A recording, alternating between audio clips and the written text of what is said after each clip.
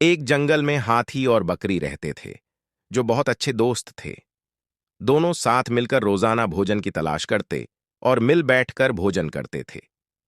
एक दिन में दोनों खाने की तलाश में निकले और चलते चलते बहुत दूर पहुंच गए। उन्हें भूख भी लग रही थी और प्यास भी। पास ही उन्हें एक तालाब दिखाई पड़ा। दोनों तालाब के पास पहुंचे और पानी पीकर अपनी प्यास बुझाई। तालाब के पास एक बेर का पेड़ लगा हुआ था, जिसे देख बकरी के मुंह में पानी आ गया।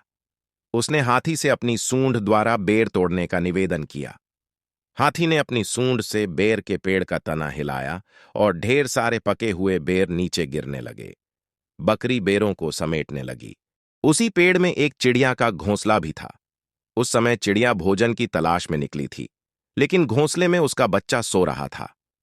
हाथी द्वारा बेर का पेड़ हिलाने से चिड़िया का घोंसला टूटकर नीचे तालाब में गिर पड़ा, साथ ही चिड़िया का बच्चा भी। चिड़िया का बच्चा तालाब में बहने लगा। उसे तालाब में बहता देखकर बकरी को दया आ गई और वह उसे बचाने के लिए तालाब में कूद गई। बकरी तैरना नहीं जानती थी। वह तालाब में डूबने लगी।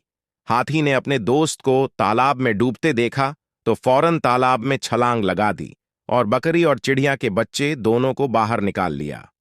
उसी समय चिड़िया भोजन लेकर लौटी और उसने सारा दृश्य देखा। वह हाथी का धन्यवाद देने लगी कि उसने उसके बच्चे की जान बचाई। उस दिन से चिड़िया, हाथी और बकरी दोस्त बन गए।